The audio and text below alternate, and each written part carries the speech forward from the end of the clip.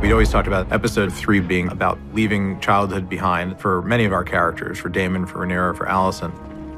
How would you like to participate? I'm not sure why I must. Because you are my daughter.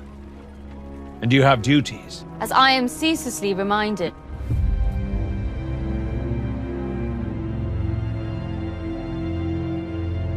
Because of the nature of this story, because it was a generational conflict that was about war, we needed that time to plant those seeds and let them grow, and the only way to do that is to let time pass. We meet Viserys, he's got a son, Alicent is pregnant, the war in the Stepstones is not going well. We understand that 2 or 3 years worth of material has happened in those couple of opening scenes. We tried to approach it in as practical a way as possible at the first time, and it was a good way of grounding the time jump. This was the first one where a substantial amount of time passes off screen, and we're just asking the audience to pay attention, listen, and play along and figure out what's gone on in the in-between. Here's to his grace on his second name day. These big royal hunts were another way to really show the decadence of this particular time. It's a major carnival that you set your calendar to that year. Since you came of age, I've been slowly drowning in a lake of parchment, and I have tried, often, to discuss it, but you've refused me at every turn. That is because I do not wish to get married. Even I do not exist above tradition and duty, Rhaenyra! Excuse me, Your Grace. Episode 3 is childhood's end. Rhaenyra feels the pressure to marry. Viserys realizes that he has to find and make order in his house, particularly when it comes to his brother, Daemon, and Rhaenyra, his daughter. Rhaenyra does not want to get married. She also doesn't want to give her dad an excuse to just name Aegon the heir to the throne. She's so incredibly frustrated at being effectively a political pawn in her father's game that she needs to express it in some way, shape, or form. Rhaenyra is very rebellious, angry, and she's hurting more than she lets on. Rhaenyra has got to her wit's end and decides to take it in her own hands and run off. And obviously Sir Criston, as her sworn protector, has to go wherever she goes. Criston Cole, who we set up a little bit in episode 2, but now we understand that in 3 years of being her sworn protector, Cole and she have developed a close relationship.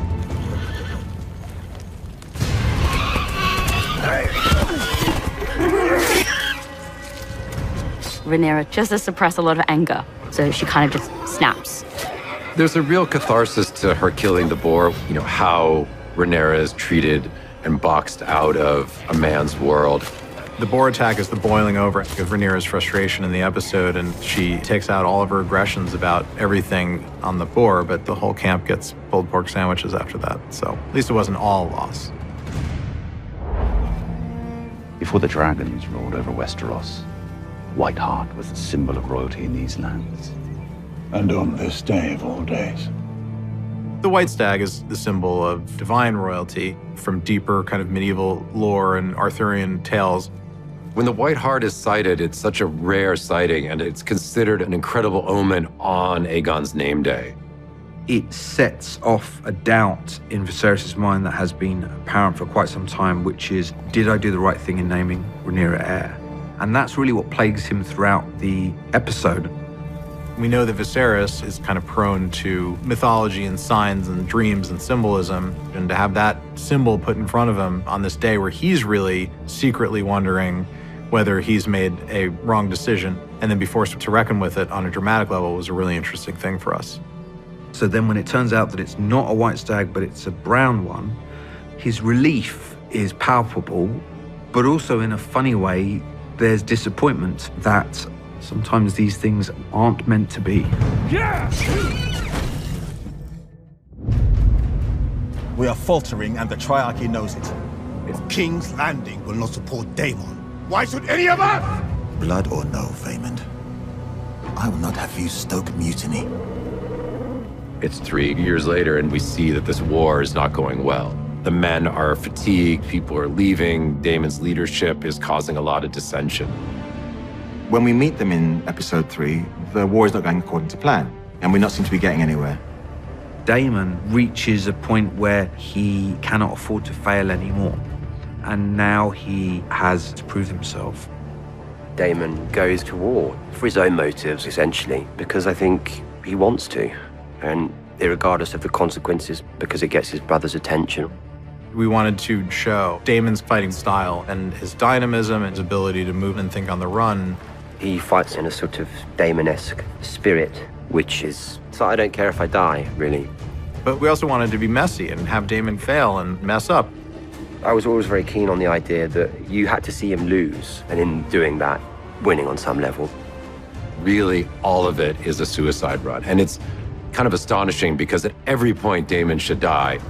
It was really meant to be an anvil where Daemon's character could be forged, and he could go into the battle and come out as a formidable force that had proven himself worthy of some reputation in Westeros. There's no way that story would not have ended with his death if not for the arrival of the cavalry. And that's the thing I like about it, is that he came there to die, and he really meets death in the face and is reborn. I think Matt did great. He was definitely in the war zones when he was doing this sequence. Daemon emerging out of the cave with Crabfeeder's torso is the Daemon that launches off for the rest of the season. Rhaenyra, Viserys, and Daemon emerge out of episode 3, reborn with new perspective on who they are and what their purpose is.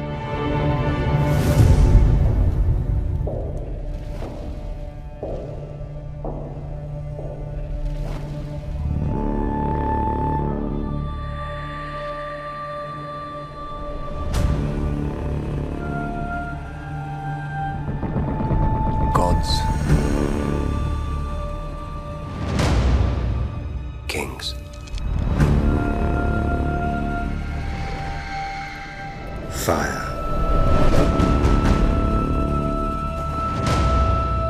And blood.